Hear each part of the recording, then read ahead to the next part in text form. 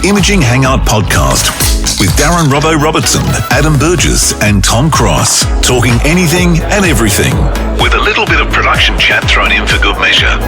Dress code, business on top, party on the bottom. Maybe we could play this piece, this COVID piece from Sidey and give everyone a bit of a laugh because I reckon it's great. Oh, have we? Because I got cut off already. Yeah. Have we said hello to everyone yet? Oh, we haven't. Have we done the introductions? No, we haven't. We should probably do that first. It's a well-oiled ship, this one, boys. It is. Well, yes. I'm just really glad to be on the first episode, guys. Thanks for having me. Yes. I think, once you get a few under your belt, it'll get smoother. It'll get smoother if it goes along. Trust me. We're always shit at the start. So. Yeah. So in Sydney, the one and only Michael Sidey Andersen, who's done everything but be a jock, I think. So welcome along, mate. I've done that. You have done that. Yeah, the world famous Saturday night thing. Oh, you did too, didn't you? Yeah, I forgot about that. There you go. World famous. And in Atlanta, Adam Schneider, who's actually been on the show once before, but we thought we'd bring him back because he's just such a talent. Welcome. He was on the phone last time. You're too kind. He was on the phone last time, wasn't he? It's nice to hear you in full voice. Nothing to do about the phone. It's the talents. That's why. Exactly. That's right. Just call me technical difficulties. Welcome back, Adam.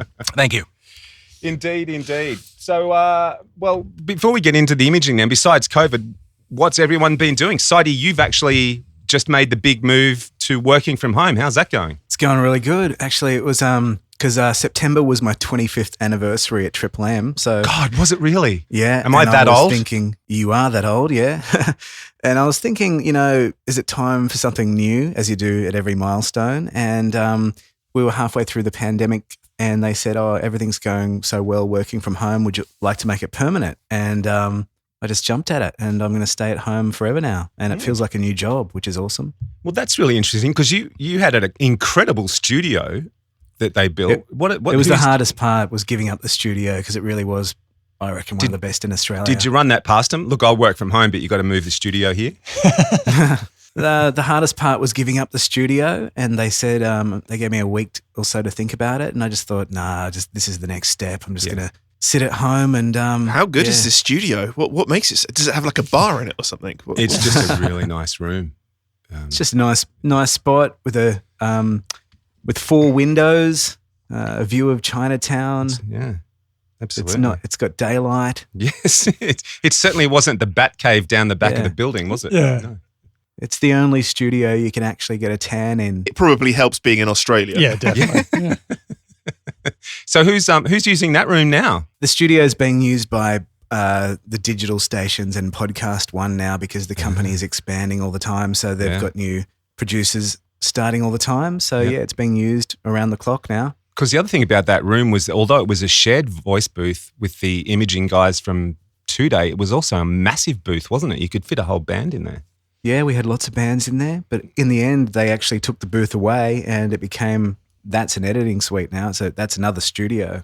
Oh, wow. So there is no booth. Gosh, so long since I've been in there. There you go. It's a sign of the times though, isn't it? The way radio's changing with online and networking and all the rest of it. It's just a growing behemoth. Yeah, I mean, everything's changing all the time for us and, the fact that we can do our jobs from anywhere now. Like, I can't wait to take my laptop on a road trip and just see if anyone figures out if I'm not in Sydney. Yeah, that's one of the nice things, absolutely. I usually duck away at Christmas time because my folks live out of town and I just throw Pro Tools on the laptop and just got a little Rode stereo in-out thing, a USB thing that I take with me and plug away. So that is one of the very nice things, absolutely. There's no GPS tracker on the iLock, is there? I don't know. Should there be? Yet. Yeah, it won't be long. Not yet, yeah. Big Brother Did you get any nice gear out of the studio, Sidey? Nah, I mean, I used to use, a Control 24 desk and it would have been nice to have a preamp, but no, I've just got my laptop and they gave me this awesome Complete Audio 6 box to take home. Nice. Cool. So that's the little interface thing I'm using, which is amazing. It's got 4 inputs on it and, I only need one. Yeah. So creatively, how are you finding it? Like the isolation, I don't know about you, but for me, the big thing that I had to adjust to working from home was where you would normally get up from your desk if you were stuck for an idea and go for a walk around the office and just have a chat and clear your mind and, maybe bounce the idea off a few other producers or something. You sort of, when you're at home by yourself, you haven't got that luxury. Are you using email, or have you found a different way to work? How are you dealing with that? Well, for that kind of bouncing ideas around, I will pick up the phone every now and then, but just instead of walking around the office and getting caught up in a bitch session about somebody, I'll just go to the gym or actually go for a walk or take the dog for a walk or go to the beach. And what I'm finding best is that just the work-life balance is amazing, and I'm so much more productive. I'm just churning through work so much faster. Yeah, absolutely, because you do have that Less opportunity to work when you want to. Yeah, that's right. Exactly. Yeah. And what about you, Adam? You work from home too, don't you? Adam S., I should say. Yeah, I think it was Friday the 13th in March was when we left.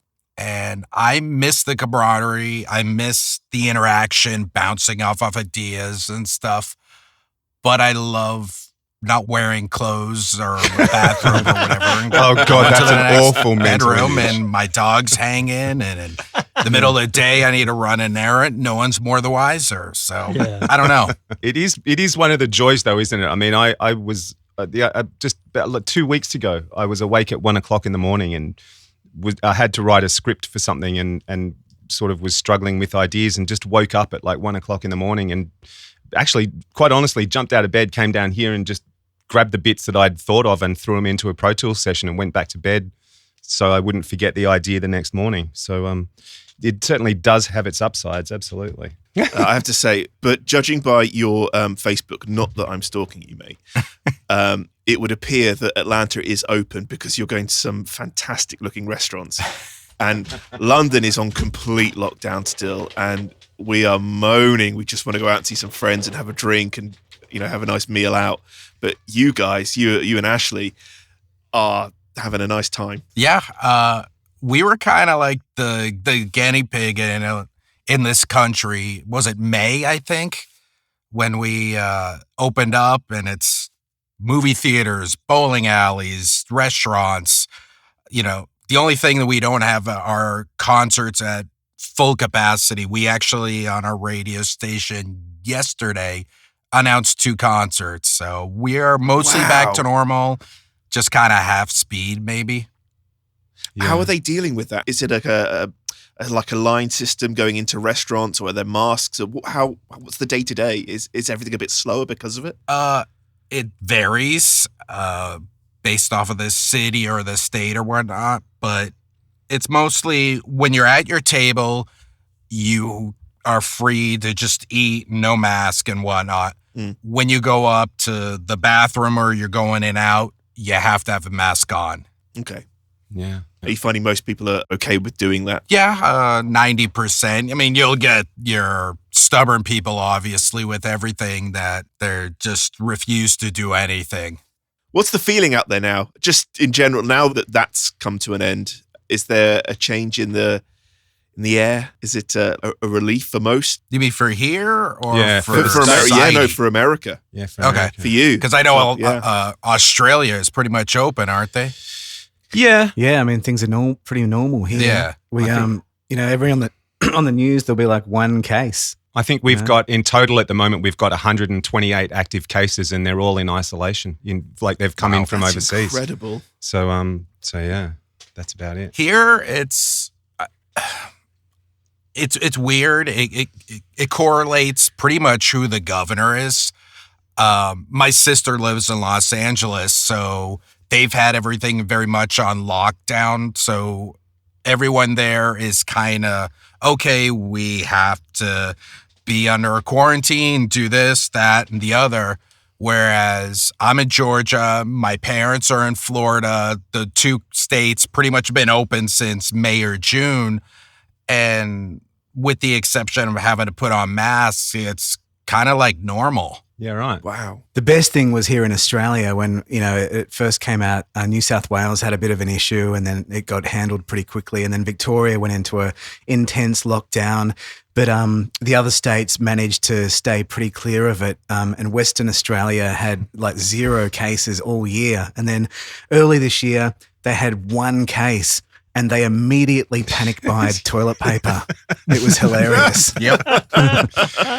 1 case. Actually, since we're on an international call here, is the toilet paper thing a purely Australian thing, or was that global? No. Everywhere. It's big here. What? It's big here Can too. anyone please tell me why toilet paper? I still scratch my head.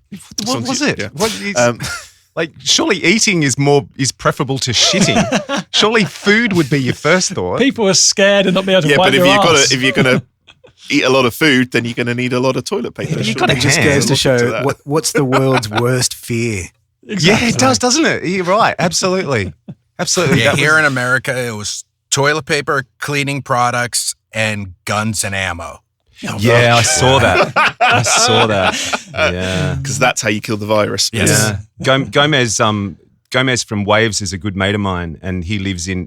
Sidey knows him too, and he lives in Miami. And he was telling me that his neighbours are all sort of God-loving people and never owned guns. And when the pandemic started, they were watching the news and seeing all these people queuing around the corner for gun shops, and they went out and bought guns. That's how crazy it got. Like people who even sort of go, I don't want a gun, went and bought a gun. It's crazy, just crazy. Well, we should probably play some imaging. And I think we maybe the coronavirus jingle from Adam would be a good starting place. That is good. And then I've got I haven't got. Sidey's sent us a cracker that I want to play as well because it's awesome. But here we go. Let's play this one. This is cool. Yeah. It's a coronavirus weekend, make sure to wash your hands. Everyone is freaking out, so we'll play your favorite bands. We're playing what you want to hear, the last song before you die. All weekend long on Rock 100.5. I love it. You were telling me that never went to air. No, so it was written while we were still in the station, and coronavirus was still kind of that novel thing. Is it bad? Is it not? Is it just kind of like a flu? We really didn't know. So my program director said, hey, let's play the last songs before you'll die and get requests and all that stuff. So I put that together, and we're going to put it on the air and go with it. And our mark manager, general manager, I think it got all the way up to legal. They're like, guys, probably not. People are dying now. And then literally the next day we got, shut out of the studios, and it never made the air, thankfully. Yeah, I missed the beginning of the pandemic when it was hilarious. And then suddenly we all got the memo. We have to be somber now. Yeah, no tone more it making down. fun of people. Yeah, it's funny. This time last year, we were all sitting around going, it's a virus in China. It'll, don't worry about it. Sidey, you did a bit of jingle work on the virus as well. There was a Santa Claus thing that you sent in. Yeah, COVID-19 is coming to town. That's right. I feel like I've spent most of my year doing COVID-19 related stuff. It's a bit like that, isn't it? I think we're steer away from this after a couple of bits of imaging, but the sad thing is it's still very prevalent. Absolutely. Yeah, it's kind of hard to ignore, isn't it? It is, yeah. This Sidey's jingle effort. I love this. This is great. You better wash your hands, you better isolate. Listen to ScoMo, he's telling you straight. COVID-19's coming to town. Triple M, yeah. So ScoMo's our Prime Minister, which is that reference. But it's brilliant. It's really good. And that one did make it to air? Yeah, everything made it to air here. I think we have less of a filter, and I'm not sure if we even have legal departments, do we, Robert? I don't think we do. I think it's just if it sounds good, do Lucky. it. Yeah, I absolutely. know we have an HR department. Yes. Yeah, the HR department's the one you want to avoid. But how long do you guys spend on those things? Like in total, like I'm talking from having the idea to writing to recording. Is that a day for you guys? A day and a half? How long do you spend that on one you those just things? played probably took 15 minutes. Yeah, That's great. mine, 2 hours maybe. As in start to finish? Yep. It was the toughest part was fine tweaking words, getting the correct syllables, things like that. But once you get the bed, it's pretty easy. Yeah. They're really clever and they're really effective, aren't they? Oh, I had everybody in the hallways singing that for a week. Yeah. I bet you did. I was so upset it didn't make the air. Yeah. I think there's just something that helps connect that little bit easier if it has a melody, if it is sung as opposed to a written joke. Yeah. And that was kind of the reason when I went with that type of bed, because back then COVID was still bad, not to the level that we know now, but if you're doing it in like a nursery rhyme kind of way, it takes the effect out of it. Yeah. Yeah. I also think, like with things like this, having a laugh is how, you get over things and heal. And another thing, in America, it's obviously different, but in Australia, we're coming out the tail end of it now, and I think we're starting to have a bit of fun with it again. When we're talking about ideas, I'd really love to play one more thing that Sidey sent. Everybody knows Home and Away, the Australian soap opera. This is hilarious. Sidey did this great piece. I'm just going to play it because it's so cool. Can I just explain this? So Home and Away is filmed in Palm Beach, which is in the northern beaches of Sydney. And the northern beaches was the only place in Sydney that went into lockdown. It's a very small part of this of Sydney. Yeah, they had an outbreak up there not long ago. This was a few weeks ago. And so they locked down the entire northern beaches of Sydney, which is Sidey, 15, 20 suburbs probably. They just locked it down. Adam, I'm guessing you haven't heard of this in America. It's something that's Australian, that's huge in Australia, and for some reason it's been huge in the UK for the past 2 or 3 decades. Yeah. It's a soap opera. Yeah. Just to bring you up to speed, so Alf Stewart moved to this place called Summer Bay, and he runs the local surf shop. Now, Pippa and her family moved into the house, and over time, many strangers have moved to town. And anyway. It's a great recap. Yeah. Thanks. Here we go. Now the Northern Beaches have officially split from the rest of Sydney. Can't wait to check out the next episode of Home and Away. Get your flaming mask on! Sorry, Mr. Stewart. Back 1.5, you galah! Sydney's 104.9 Triple M. That's brilliant. You galah. That's so funny. That's great, Sidey. I think that's the one thing out of COVID that's made me laugh the most over the last 12 months. I think that's so clever. It's really good. It's gold. Absolute gold, that is. Yeah. It must be so nice using your voice as well in all your imaging. Yeah, well, I mean, half the time it's just because, you've got to turn things around fast. And, I do use other voices as well. But for the spontaneous kind of seize the moment stuff, it does end up being me a lot of the time because I need to turn it around really quick. Mm. Is Alf Stewart now a national treasure? I think he's been a national treasure for a while. Yeah. Has he not been in the show since its conception? Yeah, I think so. Yeah. Is he still in it? Yeah, I'm pretty sure I always he is. had a dream that I would be on Home and Away one day and I'd play a drifter that comes to town, and Alf Stewart, he's like, I don't know about this guy. But eventually Alf and I would become friends and I'd end up working in the surf shop. Does Toadie still work there? Oh, no, that's Neighbours. Sorry. Don't get those mixed up. Don't mix them up. Oh, don't do that. Absolutely. I'm sure you can still audition, Sidey. Give it a crack one day. Yeah, absolutely. Now you're working from home, you can do all these auditions on the side. Yeah, totally. Yeah. It's funny, I saw Alf, he must have been in it for a while because I saw Alf doing an ad for varicose veins on the TV the other day, so he's been on there for a while. Oh, these flaming veins! The things we do for money, eh? There you go. Let's talk about imaging rock stations in particular. Is there certain challenges that you guys come across or things that you sort of used to do that you've had in the way that presenting a rock station has changed over the years? Everything's always changing, and I think like that's one of the main parts of our job is to try to keep reinventing it. Like, I mean, since I've been doing Triple M for 25 years now, I've had to kind of try and reinvent it a little bit. Always listening to different production styles from around the world and, trying to incorporate different things, using different types of music and always throwing in different voices. And I mean, I'm kind of like very similar to Sidey. It's you get your influences from places and try and get new ideas and reinvent the wheel as much as you can. But with the exception of new rock, it's kind of the same grouping of bands or songs. So how can I repackage that, and where can I get my inspiration from, I guess? It seems to me, looking from the outside in, that the focus has gone away a little bit from the actual music to more sort of artist specific. Would that be right? Yeah, for us, it's kind of all about the idea is to have a bit of credibility. So to be known as the credible rock station. So that is, we know all about our artists, and we're always throwing features out there about new albums and, vignette type stuff with artist interviews. Vignette, that's a word I haven't heard for a while. Yeah. Well, there's actually a great example that Sidey sent us of one of those. A lone voice. Load up on guns. A riff.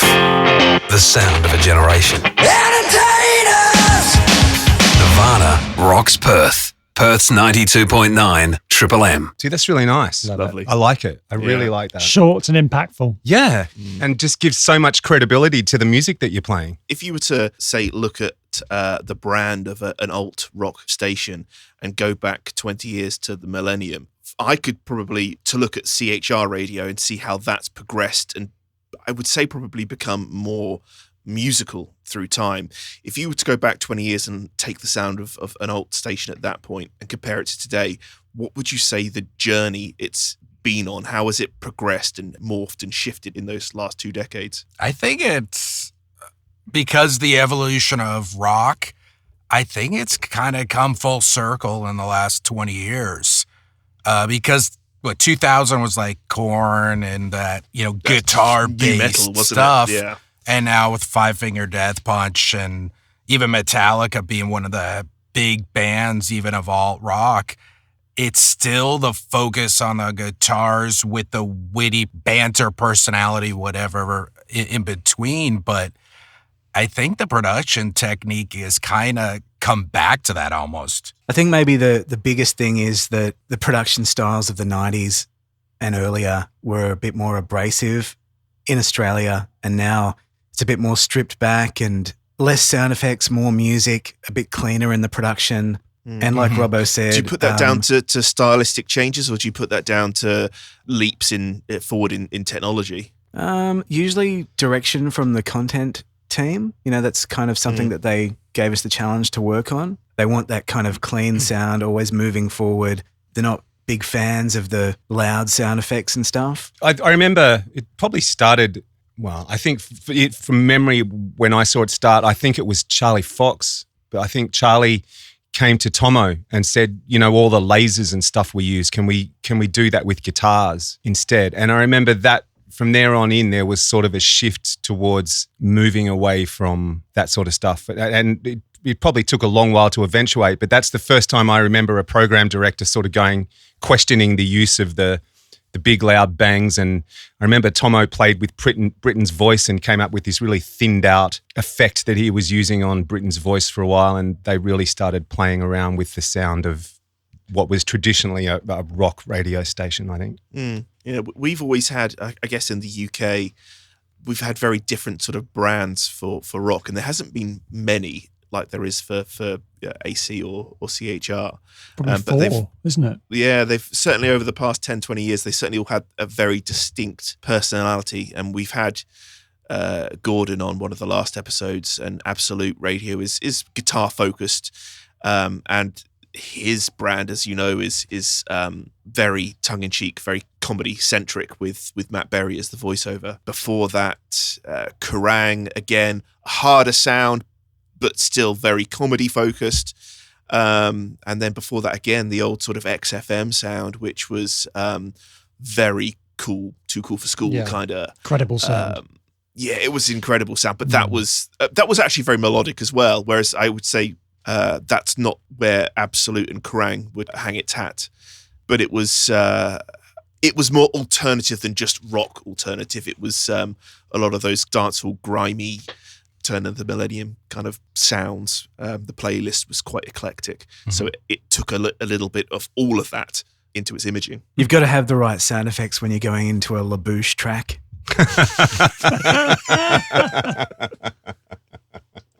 And what's that? I don't know. Maybe alarms? I don't know. Maybe. Warning. Well, we should play some more imaging. I reckon there's a pretty cool Metallica track here from Adam. Well, Adam talked about Five Finger Death Punch, which is a band I'm not familiar with, but I did hear his promo earlier and I thought it was a very cool promo. So maybe we can play that. She's the one who knitted you a scarf. Stay warm. She bakes you cookies. Chocolate chip, your favorite. And never forgets your birthday. My, you've grown. Now, it's time for you to return the favor by taking Grandma to see your favorite bands. Five Finger Death Punch. Whoa, sorry. Hang on, what happened there? Adam, that's a really sloppy edit. I'm sorry. QuickTime shut itself. Hang on, one more time for the dump. With Papa Roach. And I Prevail. April 10th at Infinite Energy Arena. Yeah. Damn right. Oh, and these seats aren't just anywhere. They're on the floor. Help! I'm falling and I can't get up. Win your Five Finger Death Punch floor tickets all weekend. Rock 100.5. Well, Nice. what's the big pause in the middle for? Just checking to make sure everyone's still awake. Yes. Good use of silence. Yeah.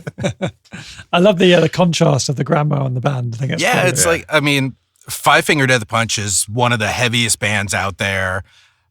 At the time, we've given away a bunch of tickets. So I'm like, how do we throw this completely on its head, catch the audience by surprise a little bit, add some humor, and just put out something pretty ridiculous? And how more ridiculous can you get than a grandmother in a mosh pit? Yeah, it's brilliant. It conjures up a lovely image in the mind. Yeah. I love the fact that Papa Roach is still going by the sounds of it. Yeah. Seriously, did they not get the memo that new metal died a long time ago? Well, it's now new old metal or old new Yeah, metal. they actually have a new album out now, too. It's crazy. Renaissance metal. It's interesting though. I mean, talking about rock and longevity and all that sort of stuff. I mean, there's so many bands still around. I mean, and so many bands also making comebacks. You know, if you Adam will fill for me here. I got the email today saying that yet again for another year my Queen tickets have been cancelled. Oh no! Oh no! Wow. But I'd rather keep those guys safe. But yeah, so the tickets that I was meant to see them at the O2 last year in 2020 are finally, hopefully, get to see them in 2022. Wow. Again. God, For the if they're second still time. alive. Jesus. Yes. Hey, we'll have none of that. But the thing that's Brian got the vaccine yet. yeah, that's right. He should do. He's a national bloody treasure. Yeah. I think Adam Lambert's actually learning to play all the instruments just in case. He's going to be like one of those guys in the street with the drum on the back and the little banjo guitar. Yeah, that's right. All over Yeah, it. and the hi-hat on his feet and all the rest of it. Yeah, absolutely. But I don't know whether you guys are seeing it elsewhere, but I mean, here in Australia, bands from the 80s, like pub bands who were big on the radio on stations like Triple M, are all of a sudden selling out outdoor concerts and all that sort of stuff again.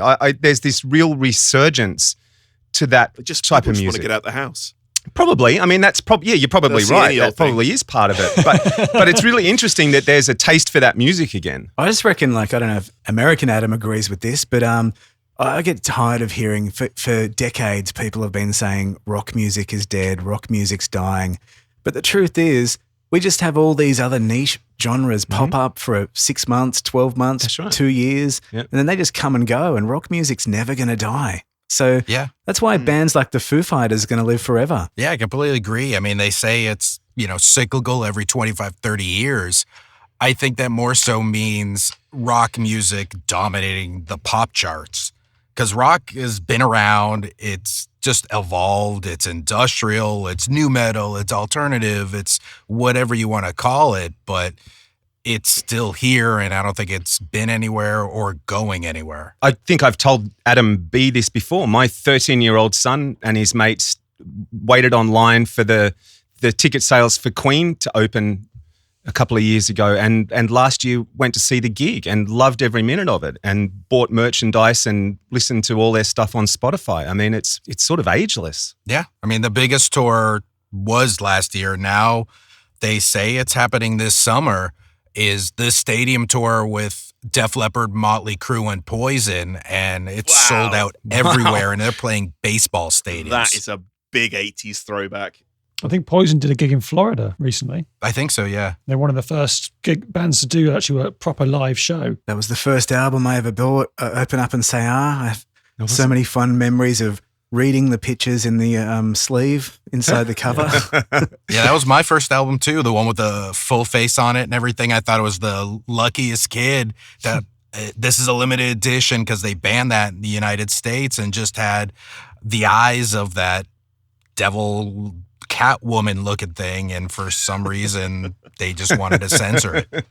Well, here's a great example that'll demonstrate what we're talking about. My very first album was by a band called Sherbet, and the album was called How's That? The lead singer of Sherbet was a guy called Daryl Braithwaite, who last year had a top 10 hit with a song that was written for Pink that she rejected. So, he's still around. I think that pretty much shows the way things are going. Yeah. So, Tom, what was your first ever album? Because I don't think it'd be very credible, so I really want to know.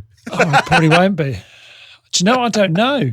I want to say something like Ocean Colour Scene or something like that from the 90s. Colour Scene. Or Britpop. maybe Blur. I was a fan of Britpop. Were you more of a Blur Oasis man back in the 90s? I was Blur. I was more Blur than Oasis. Yeah, I prefer pop. Okay. But nowadays, if I listened, I prefer Oasis. I think their songs have lasted better. Well, here's a question for all the rock gods in the room. What was your first gigs? What was the first gigs you went to? Metallica. Oh, really? Wow. Nice. That's a very good first one. Metallica, Danzig, Suicidal Tendencies. I was 16, and it was just amazing. Yeah. My first gig was Rat Cat. Oh, was it really? Don't go now. I think my first gig was Skunk Anansie. Oh, wow. What about you, Tom? Mine was actually a festival. It was a Reading festival. Yeah. I saw this on Twitter today on BBC Radio 1. It said, who's the best support band or artist you've seen live at a gig?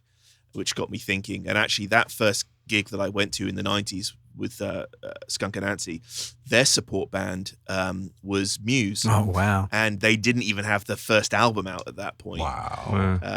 And I remember going, oh, these guys are pretty good. We'll get the album. And it was still like another month or so away before that came out. And then obviously they went on to take over the world for the next decade or so. I saw Muse actually at the Reading Festival that year in '99. Yeah, they had to be moved from the second stage to the main stage. There's too many people wanted to see them. And that their first album, I can't remember the name of it, it just come out.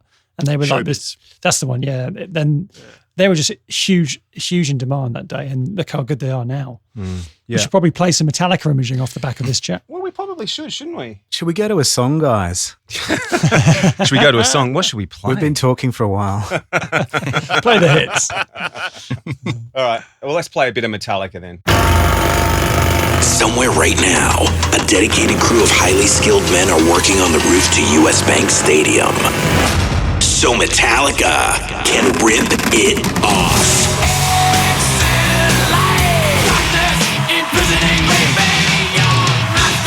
Metallica family, are you with us? 93X brings you Metallica.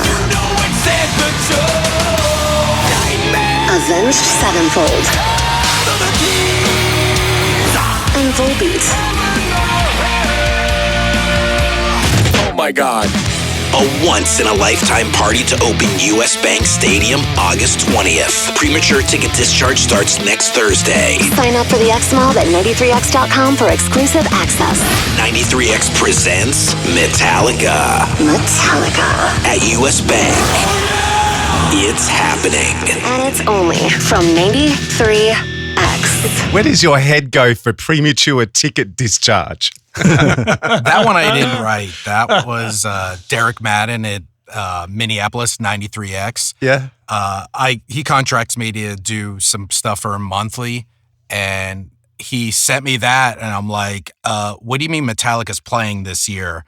And so he said, you get your butt out here, I'll get you into the show.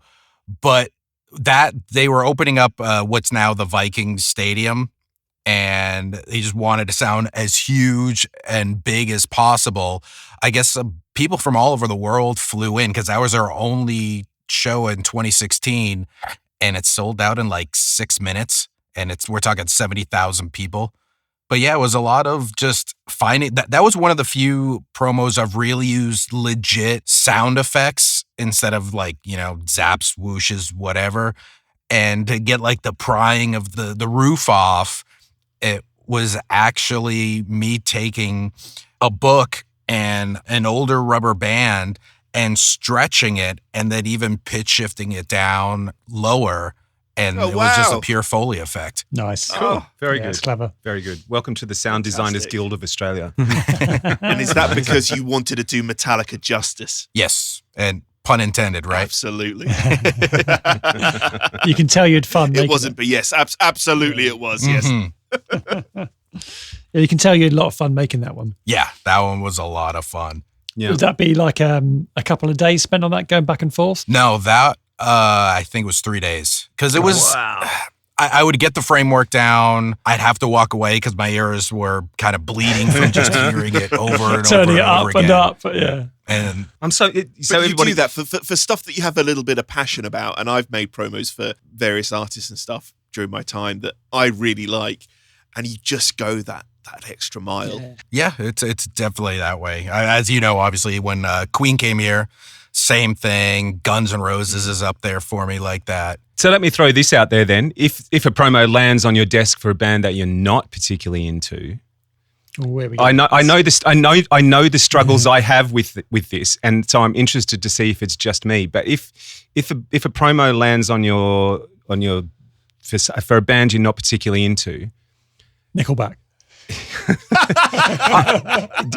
How do you go with that? Do you struggle more with that? Do you find that more difficult? And I'll expand it. No, I actually find it easier. Do you? Because I don't care. Yeah, right. Same. Okay, because the problem I have is when I know the band and I love the music, I know where to go to find the hooks that will drag people in. That's what I was about to say. You know those songs. That's right. That's right. The struggle I have when I don't know the band or I'm not a big fan of the band is going, okay, what am I going to use here? How do you guys deal with that? They don't get any hooks then. Yeah, just put a bed under it and be done with it. I've noticed the way I produce, I use less and less effects and will just hit things on the drum beat for segues. Mm-hmm. And so I'll find the hook and I'll zoom in and get the same snare hit or something and boom, it's in. But as soon as I find out what songs I need to use, I think honestly, bands I don't care about come together a lot faster. And also, it's the same artists over and over again, and we have a very limited playlist. So quite often you're constantly going back to your sounds that you know and riffs that you know, and with every artist, I can probably just rattle 20 to 30 riffs off the top of my head without even thinking. And then if I do have a bit more time, I might go a little bit deeper into the albums and have a look around and see what I can find. So do you stash that sort of stuff away? Like if there's a riff you used regularly for a band, rather than having to go looking for it each time, will you guys store that away in a folder somewhere? I used to have like a work parts folder that I saved riffs in for years. And then at some point a few years ago, I thought, I'm actually going back and using the same stuff over and over again. So now what I do is I just have a music library, and every time I go looking for something, I just actually search through the song from scratch. And often I go back to places because I know things off by heart, but quite often I also grab new stuff that I've never used before, or even from, songs that I've never touched before. And it kind of, I like doing that because it makes me use different work parts and just make things sound a little bit different. What about you, Adam? Do you do anything like that? Pretty much the same. Since I think 2004, I've been building my hard drive full of just the songs. And so I'll like today, for example, I had to do a Collective Soul promo, and I'm just pulling in the full track, finding the hooks, finding the riffs, whatever it is. And that's pretty much how I do all of it, unless it's, again, one of those bands I don't really care about. Sometimes I'll find myself pulling a previous session and just sort of going off of that and tweaking things here or there, but keeping the same hooks and whatnot. It's something that Tom and I do for Imaging Blueprint to a certain extent, because that if you're dealing with CHR radio station, that if Pink releases a new single, then you're going to promo her, and then it's going to be a case of 3, 4, 5 hooks of previous big singles, and then the new one, with the message on top. So we build these things and then we go back to that and then we rebuild them with those work parts to make it sound fresh again, but then with the new hit on top of it. But that's what's expected of you in that scenario. I'm sure everybody does it, but I still, and I've done it for years, still squirrel away promo beds or sweeper beds or stuff like that if it's something that you liked, and as you say, the next time something similar comes up, just rejig it. Absolutely. I run off a mix out of everything I do, and everything gets reused, and often for something completely different. Even if it's got like a cool work part at the top, I'll just drag it in and it'll be a really quick way of starting something that I've got 3 minutes to turn around. Do you still get that, Sidey? Do you still get that this is on air in 5 minutes, or do you get more time these days? No, every day I get something that's on air straight away, and maximum I might get maybe a day or two to turn something around. Right. It's usually on the next day. So 3 days for a Metallica promo is a luxury then? Oh, tour promos are the worst. Tour promos, you get it and it's got to be on. You got to do it straight away. Yeah. You drop what you're doing and you get it on. You get ready. Yeah. How are you finding just general turnaround times now that you're not in the studio? Sorry, guys. Bit premature there, Robbo. Tell us a panel op. Yeah. I knew Robbo doing his community radio show at the same time was a bad idea. Give me a break. He's got to earn his pennies somehow. Give me a break. I forgot what was the question again. Turnaround time. Now that you're not in the studio, you're not in the building, how are you finding the connection, the email with regards to communicating with people and turning around production? Well, the way I was set up in the building was the station was on a different level to me anyway. So I was already really isolated. In fact, that was one of the reasons I was happy to get out of there, because I was in this studio that it wasn't in a thoroughfare. No one ever swung by or popped in. I was quite isolated all the time. I had to make an effort to see other people. So in that way, it's not that different being at home, and everything's always done by email anyway. And to be honest, a lot of the people that I work with are not even in the same city. So everything's email. So the turnaround time hasn't changed. The only thing that has changed is I'm way more focused at home. So I am turning around things way quicker, I think. The one advantage of being down in the back corner of the building at Triple M was that, you could always stop and surf some porn for a while if you needed some inspiration as well. That's what you did, Robbo, clearly. Tumbleweed. Not that I know anything about it, but there you go. Should we play the working from home sweeps? Because these could be quite appropriate. I love these. For you, Sidey. Yeah, absolutely. Triple M's working from home with the kids perks. Hello, Dad's phone. Sorry, he's just in a meeting right now. He's actually on the couch watching TV. Triple M. That was a true story. I was going to say it's drawn. Well, I've got to play the other one because it's just as good. Okay. Just quickly, let's have a listen to this one. Triple M's working from home with the kids perks. Hey, can you make me a coffee? But aren't I meant to be doing schoolwork? No one knows, Pumpkin. No one knows. Oh, what is hurt? Ooh. Triple M. I love it. It's like a happy news bulletin with that little jingle. Yeah, it is, isn't it? Yeah, it just lightens the whole thing up. It's really nice. It's really nice. So that I'm sure that one wasn't from real life, though, Sidey. Surely based on true events. Yeah. No. Everything except the burning with hot water. It's funny, I think we've all got stories. But seriously, there was the time when we were doing the homeschooling thing and trying to work with the kids in the room. And I've got 3 and the eldest could do his fine. He had Zoom setups and everything was on his laptop and he was just doing like a normal school day. The middle kid somehow got all his schoolwork done by 10 a.m. and then was just on PlayStation for the rest of the day. And then my daughter, I was just IT support all day. I can't get my maths online, Dad. I'm like, oh man. And I was giving up my laptop so that she could do her maths. Oh no. And then I've got the program director calling and whatever. And I'm like, I just need a bit more time. Oh wow. Yeah. The joys, huh? The joys. Are you sure you want to work from home? Yeah.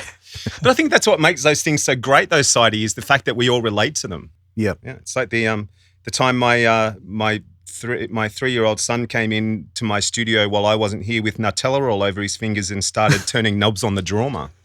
That's awesome.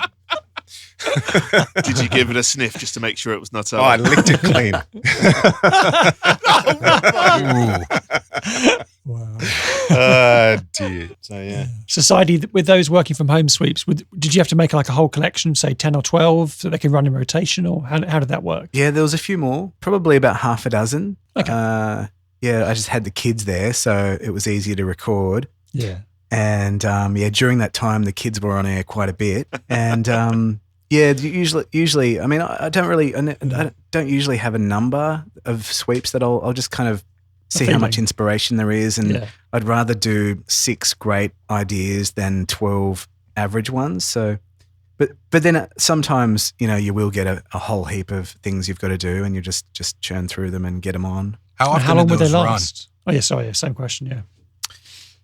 Well, depending on what's happening, topical things will probably run once or twice an hour and then maybe just last for a few days. Those particular ones with the kids went on air and then came back a few times. Like, when working from home was a topical thing that everyone was talking about, they might come and then go. And then even a year later, I think they reappeared on the air again. Correct me if I'm wrong, but for a while there, were you scheduling this stuff? Were you placing it? Yeah, I reckon like 2005 was like my sweet spot where Triple M really was just my personality. And I was writing, producing everything, and I was also scheduling all the imaging. So I was placing things exactly where I wanted them to be. Wow. And I was making things for specific spots in the form guide. Yeah. And sometimes if I had time, I'd make a sweep to go in between 2 songs that might never go to air again. Yeah. And that was fun. Before you really got into production, you were paneling for Andrew Denton and Amanda Keller, which at the time was the #1 breakfast show in Sydney. How much stuff that you learned from working with Andrew in terms of comedy timing and all that sort of stuff, how much of that gave you the confidence to go and do something like scheduling the imaging and also coming up with ideas for things to go in certain places and all that sort of stuff? Yeah, working with Andrew definitely gave me heaps of confidence, and it was the biggest show around at the time, and Andrew was just so supportive, and he would always back you. He would let things go to air even if they sucked, or mistakes would happen, and and I guess from paneling, you definitely learn how you get a feel for what sounds good going into a particular song and stuff. I mean, that's pretty basic, but from my point of view, when I was beginning, that was something that was great to learn. We did the same as well. I think it's great. You really learn the radio station too, because you understand where the imaging plays, what works well. Yeah. And I definitely learned a lot about comic timing from Andrew and carried that on in my work as well. Still, one of my favourite segments was the musical challenge. I've got a couple of CDs lying around of the musical challenge. It's great for our international guest. The music challenge was Andrew would have a guest in the studio and he would flip them the polar opposite sort of song to do a cover of at the end of the interview. And so I think like Jimmy Barnes, who's like a full-on rocker here in Australia, got, I think, Dancing Queen, ABBA, was it Sidey? Dancing Queen. Yeah. Oh, nice. So just stuff like that. And it made for some amazing, it was polar opposite. There was some really stuff where guys just took the piss and were really funny, but then there were also people who put a lot of thought into it and just did some amazing versions of some great songs. So it was really good radio. Were they pre-warned, or was it literally on the spot? I think. We don't want to give away the magic of radio. Okay. That's right. Exactly. They were done on the spot. Yeah.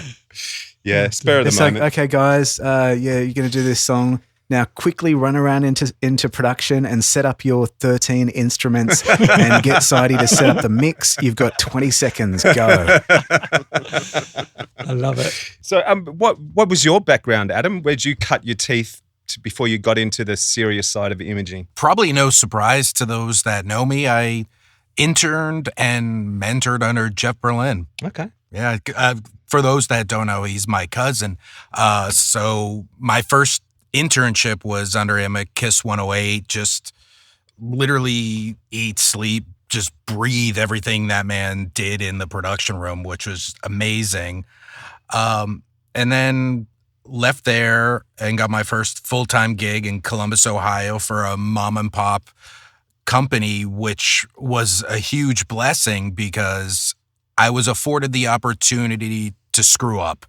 And I screwed up a lot, but I learned from it. Whereas if, say, I immediately jumped in with like iHeart or Cumulus or Entercom or one of the big companies.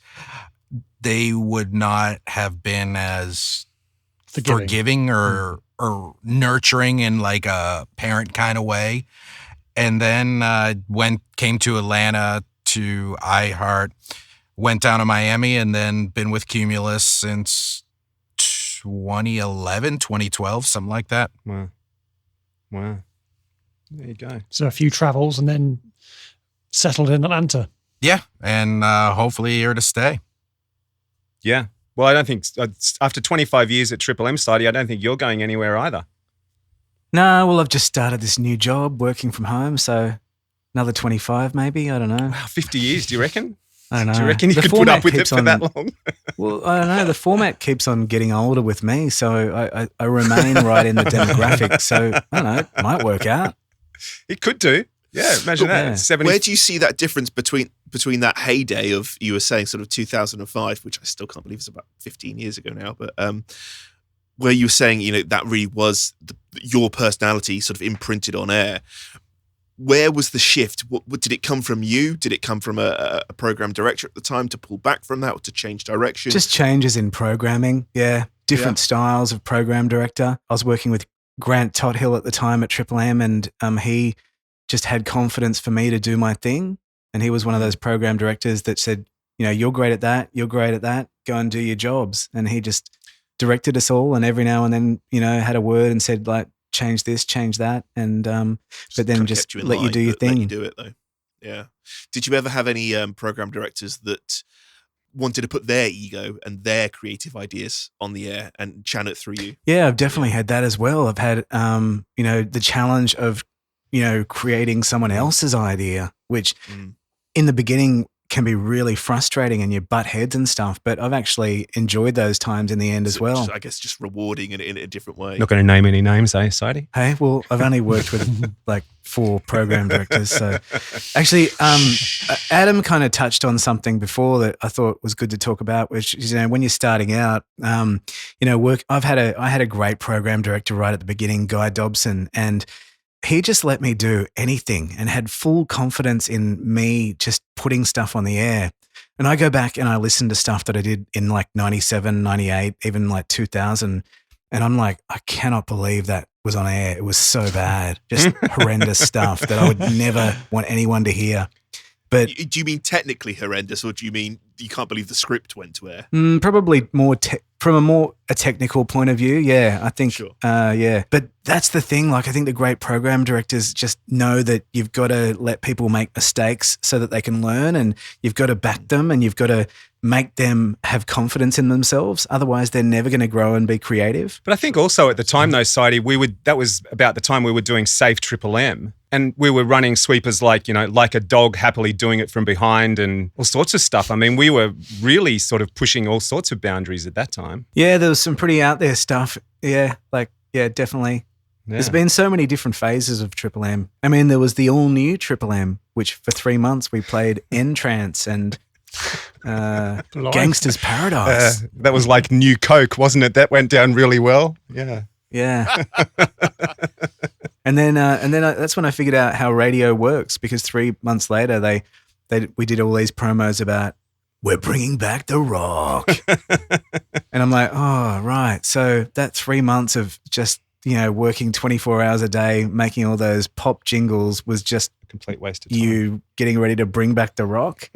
And I reinvented the radio station. So it wasn't like some very clever marketing stunt where, okay, we're going to go down this direction for 3 months. People will crave for it to come back or to go back to our roots, and we'll do that. It was just one massive mess up. No, and I think it was a clear decision to reboot the radio station. And the one thing, rather than going from playing classic rock to playing even more classic rock, or just doing something slightly different, they just blew up the radio station. It became a dance/pop station, and then they relaunched it as a killer rock station again. Yeah. and everyone noticed because I think Triple M was back. And I think the thing we'd always done before that was when there was slight format changes, when we went from, an older demographic to a newer rock demographic, we would always there'd always be like a countdown. There'd always be like a top 100 or a top 500 over a weekend or something. And the music in that countdown would be skewed to the new sort of target audience, I suppose. But I guess the sounds of it, the decision there was, fuck it, let's just blow it up and start again. Yeah, I think so. That's the way I read it anyway. Yeah, it's a good idea. I'd agree. It's just bad for the producer who's got to do the work. Wow. Since when's anyone thought about him? Let's be honest. Exactly, yeah. Well, the funny thing is, like, during that whole period, it was literally 3 months, but I did so much great stuff. Yeah. With that whole new style, like not rock music. Could you not incorporate that into the new style when you put it back? Well, there was a jingle package that I made during that time that did stick around for a while. Was that Triple M It Up? Triple M It Up. Yeah. That was very good. And that, if I remember the story correctly, that was very clever the way you put that together. Didn't you not put something basic together and then sort of send parts off to other people to and slowly built it up? Yeah, I have a mate that I work with on music. Tim, he's from the Super Jesus and the Androids and Rogue Traders, and he's like Australia's greatest guitarist. And so I'll make the basic framework of a song with MIDI, and I can't. Oh no, he's gone. This is a great story. He's going to be gone for 3 months, then he'll come back.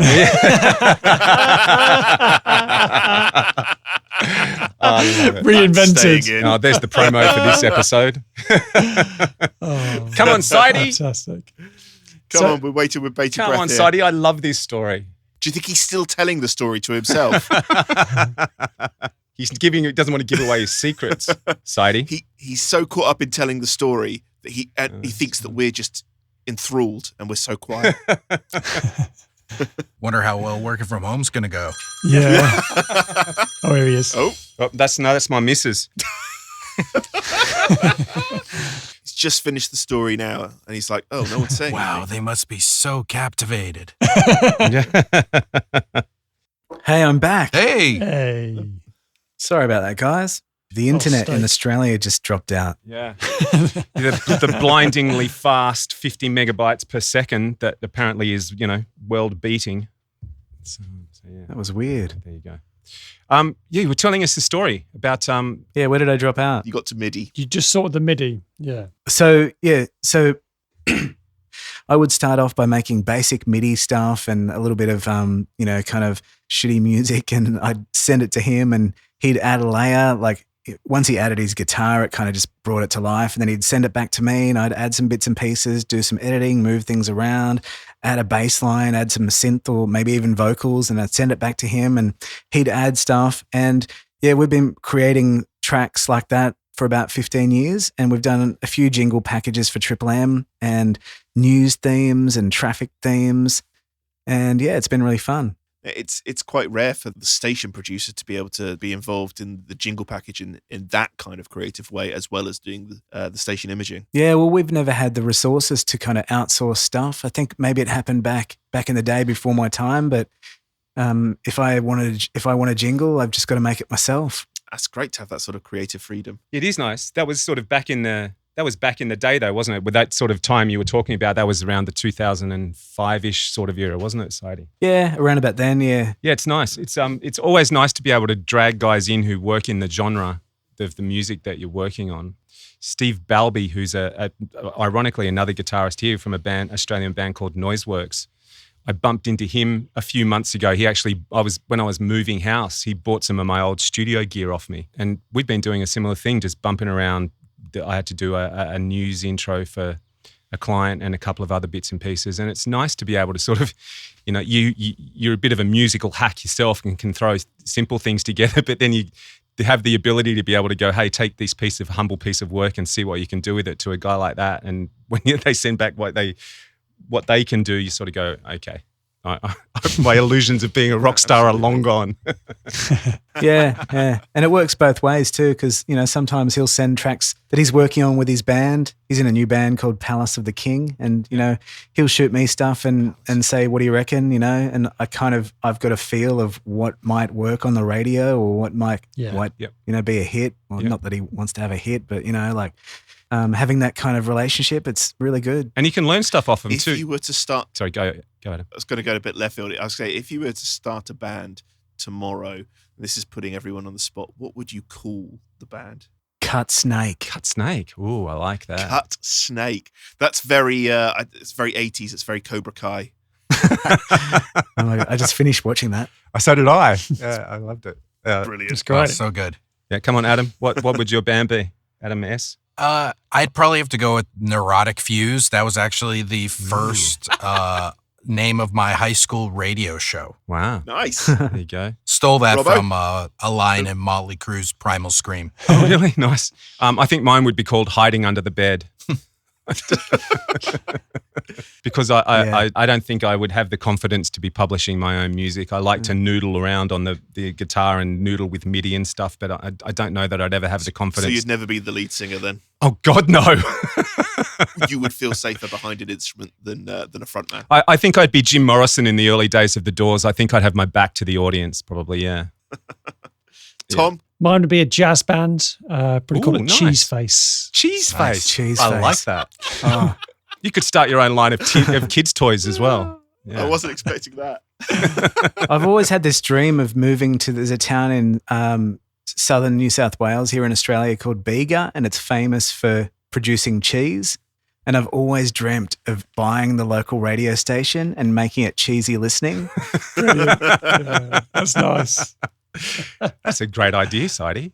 And with what you get paid from Triple M, you could probably afford to do that. Well, it's like a retirement plan. You go down there and you do it for fun. And then you, as your mates roll through town on road trips, they do a shift. Nice. I That's love good. it. That's good. Great idea. Go on then, Adam. Come on, Adam. What's your band? called? Oh, well, in college, our band that never actually did a gig, we only ever practiced together, probably because we sucked, was called Firstborn. Because, you know, we were into all that very angsty stuff as teenagers and listening to Nine Inch Nails and Marilyn Manson and all that. Well, actually, you can't even mention his name anymore, can you? Yeah. You know, Tool and all that kind of stuff. So, yeah, Firstborn. Nice. I like it. Nice. I like it. Moving swiftly on. So it feels like we've come to that time of the show where we ask the big question, which is plugins, boys. The question that we have to ask. We love plugins. Plugins, go-tos. Any ones you use regularly and why? For me, my most indispensable one that I've been using for 20 years is Metrokalos Channel Strip. That was something that Jeff touched Jeff on, I think, Berlin. wasn't it? Yeah. Well, who do you think I got it? Of course. The master himself. But it is so indispensable. It combines EQ and compression and noise gate, and it's just so clean and and so like versatile. I just love it, and it can make any voice just pop. And for me, the toughest thing to do in production is to properly process voices, and that plugin makes it so much easier. Well, the plugin I use most is Audio Track. Mhm. I use that for EQ and compression on my voice. Yep. And That's I a like staple. using the C4, but I don't use it on the master. I use that on the voice too. Filter Freak. I'll use that. Yep. What else? I'm just looking here. I'm using I use Serato? Futzbox. I love Futzbox. So either of you guys use like a guitar rig for any of the old stuff to get that distortion sound? Or anything? Yeah, I'm using Sans Amp at the moment, Yeah. but Yeah, that's a sometimes classic. I switch and I use GTR amp. Here's a question. I mean, you guys have been around long enough, and I'm sure occasionally someone will ask you, can you have a listen to my work and give me, your thoughts? The one thing I find mostly in terms of feedback that I'm giving people is around processing voice, hearing you both talking about using sort of voice channels. If someone was getting into the industry and came and said, give me your one best bit of advice for processing voiceover to get it to cut through and do what it needs to do, what would you guys say? I'd probably say kill the very low bass part of it, kill the extreme highs, and then literally play with, I want to say 250 to 300 all the way up to like 8,000 and mess with it and literally learn by playing. And then once you get one for your voice, see if it works for other voices. And once you get that one that tends to work for more than one type of voice, that's when you really started to learn how to properly process them. Yeah, and I think like something I used to do when I was trying to mimic, try and mimic other people's sounds, like drag in a piece of work that sounds really great and just sit there processing the voice until you can match it and then go, Yeah. Would you do that with other people's production work, or would you do that with a song? With would you pull vocals in on a song or would you voiceover? focus on the vocal of a Oh, song? both. And go, Yeah. Or would you? I mean, if you're doing a song parody and you want to make the vocal sound, it's not just about the performance, it's about the processing as well. But yeah, just definitely mimicking stuff and just I've definitely at times spent hours just playing around with trying to get. In fact, I still do it every day. Like when I've got a new voice, and I'll just sit there for ages until I get the right sound, and then stick with it. Absolutely. Of course, the shortcut is always to download the free imaging blueprint plugins that are out now. Oh, there it is. We and weren't use even gonna those. bring it up. Yeah, Nice plug, Robbo. I do have to say, what you guys did with that as far as alt, CHR, AC and bass and like, nasal and just marking everything on there, kind of making it idiot proof was brilliant. I think that's Thanks, great, man. don't Thank you? you. I agree. So just quickly, in the same vein then, we all have station voices. So in your setup, so you guys using templates that have obviously all your plugins in there, all set up, ready to go, and then just tweak them? Or do you guys like to start from fresh for each piece of imaging? And also, just quickly, I do templates, it just speed things up. I tend to not have to tweak much. Instead, I'll have different channels or different tracks. And, one of them has one type of processing, second one a different, and so forth. And it's more just cutting the file and placing it in different tracks, and it's just a lot faster. And I'm the opposite. I do everything with the audio suite, so I have no plugins in my session. You do all complete audio suite, do you, Sidey? Everything. I don't have any plugins in my session at all. You're a brave man. So is that so explain that, because that to me would feel like the long way around, but clearly with short turnarounds it's not. So how do you make that work? So the first thing I'll do is I'll process the voice. That's why I like Audio Track, because it does two things at once. And then I've got 6 tracks for vocals, 2 of them set in the center, and then 4 of them panned out wide. And then I'll use the stereo ones to create effects, and I'll put like a Sans amp over the top, or I'll EQ or filter bank. And there are times when I have to go back and grab the original recording because I fuck things up. But more often than not, you just kind of learn how to do it, and you do the same things over and over again. So So in your audio track, then do you have saved presets for like Sidey's voice, Joe's voice, Mary's voice, blah blah blah, or are you starting from scratch each time then? Starting from scratch. Wow. Yeah, every time. I have a couple of presets for things. Like I've got a preset in Filter Freak, so when I'm adding an effect, I can just drag it onto the layered track, and I'll add my filter, just the standard thing. Or I've got like a distorted effect in Sans Amp that I just go to, and I'll just it's just a set preset. I've got a filter that I use in C4 that I'll just click that. So I have my main plugin that I use for the voice, and then I've got all these other plugins on shortcuts, and I just bring them up, and they're set by default to the preset that I like. And then every now and then I'll play around with it and do a different effect. But more often than not, I have one preset for every plugin. So what inspired that? Where did that come from?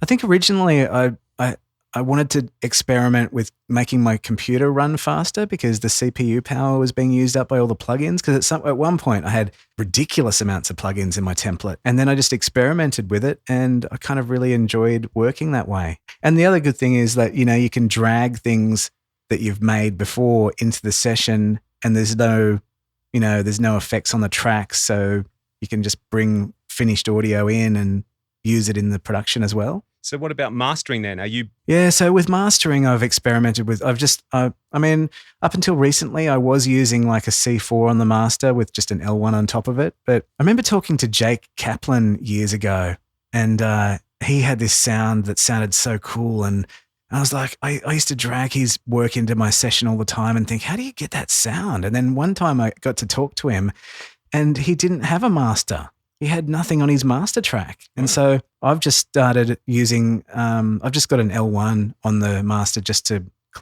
catch anything that goes, just to clip anything or whatever. Catch those peaks. I just process things individually, and I have nothing on the master now. And I kind of, I'm liking it for now, but I'll probably change again in 3 months because I don't know what you guys are like, but I tend to change the way I work every few months. Yeah. But I have been using Audio Suite for about, probably at least 4 years now. Yeah, wow. For me, for my master, I actually came across when I was working in Miami, and I'm going to sound like an advertisement for this band, but it was a Rolling Stone interview about interviewing the tour manager of Metallica and how they get every single show, whether it's an arena, a stadium, and the different mics that James Hetfield uses to make everything just sound the same and sound amazing. And on tour, they actually have everything running through Pro Tools, and they have the Wave Suite, and it's C4 into the L3 multi-maximizer. And the theory is in the C4, you put on the hard basic preset, and it literally just shoves every frequency down. So then only the ones that are actually being played via, your effect, your bed, your voice, whatever, are being accentuated. And then the L3, it just kind of brings everything to life. Wow. That's fantastic. Wow. There you go. I was just going to say, Sidey, you mentioned Jake Kaplan, but is there any other producers who've inspired you over the years? That's to both guests, actually. Yeah, heaps. Well, when I first started working here at Triple M, Jeff Thomas was doing Kiss production in my studio in the middle of the night. Cool, so that's awesome. I got to see him work a little bit, and I was hired here at Triple M by a guy named Slash, and I got to work with another guy called Foxy here at Triple M, who definitely helped me in the early days. And then when I discovered international radio, Jake Kaplan, I've always been a fan of K-Rock and Trevor Shand. Mm-hmm. I got to talk to John Frost a bit, and, his comic timing and that kind of stuff, and that rock production was definitely an influence. Yeah, I can hear bits of that in your imaging for sure. Obviously, as I mentioned earlier, Jeff Berlin, but definitely writing style or just the sheer use of silence and pausing. John Frost is a genius. So he's been a huge influence. I would just listen to his stuff as well as Will Morgan's as well and just dissect it and try and figure out what they're doing. Also enjoy Malcolm Riker out in San Diego. And then one of, I guess, the newer crop, which would be me, I guess, too, but in that same time frame is Dan Stone.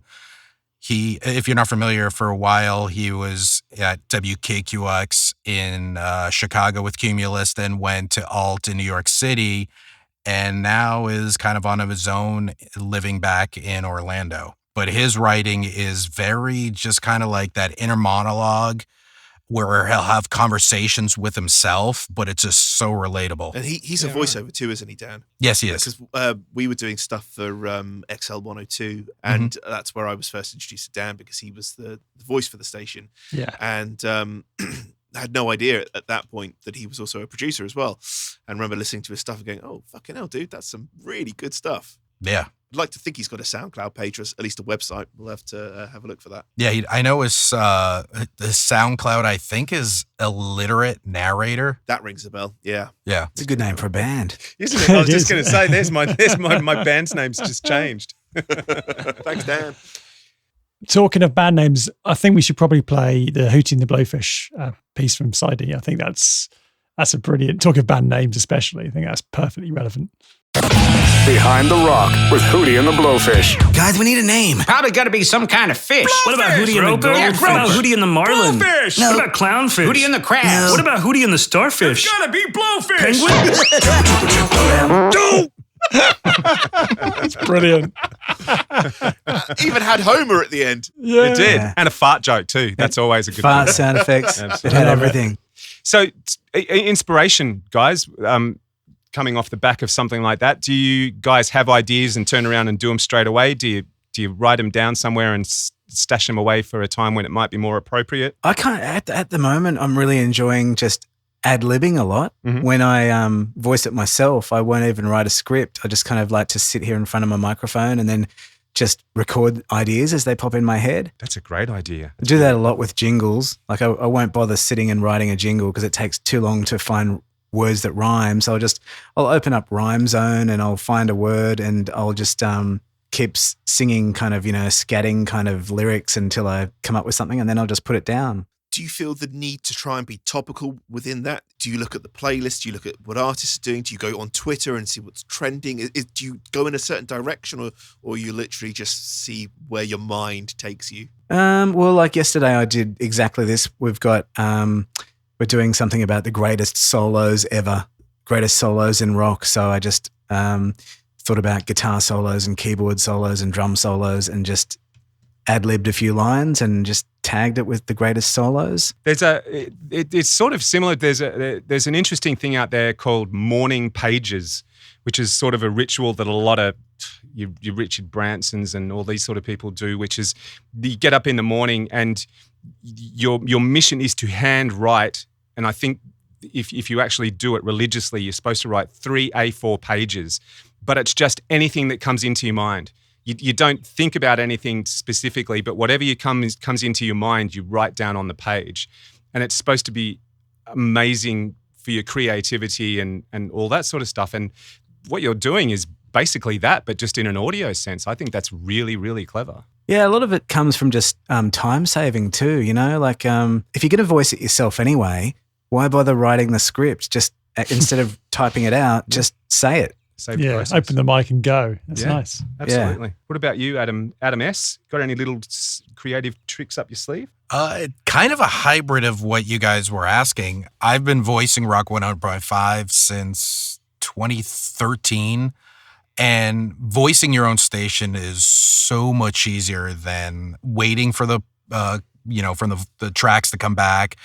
And then, but the key is, which ties into this, is when you come up with a new idea, just immediately ad-lib it or something like that. So I'll write down the majority of the script, but then either if I'm like putting something together and I'm like, oh, wait a minute, this piece or this line or whatever would go great here, immediately jump at the booth, pop in that line. Or even when I'm reading my own script that I wrote, a lot of times I'll go off and just ad-lib it as well. There's something to the ad-lib. Any revision that's needed, you can just jump in the booth again and you're ready to go. Simple as that. Yeah. Maybe before we wrap up, we should end with, I don't know if you guys have got the list of stuff you sent us, but maybe out of the stuff we haven't played, pick one each for us to play that there might be a story behind or something.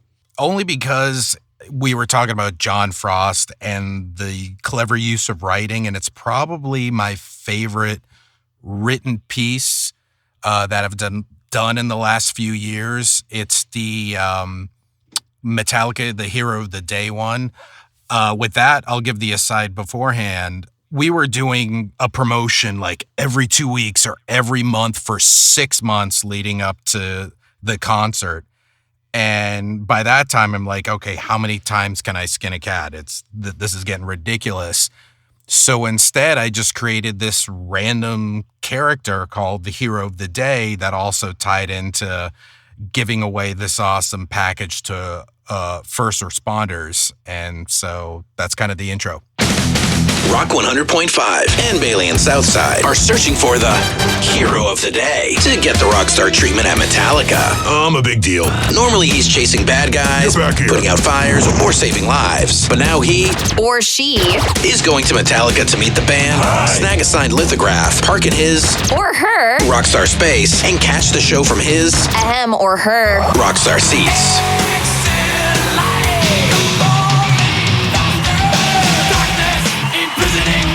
That's right. We're looking for Atlanta's finest first responders, police, fire, EMTs to be our hero of the day at Metallica. They're off to find the hero of the day.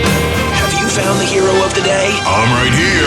Nominate him Really? or her at atlantisrockstation.com. Yeah, it's awesome. I love that. I'm going to steal that. I think Metallica coming here.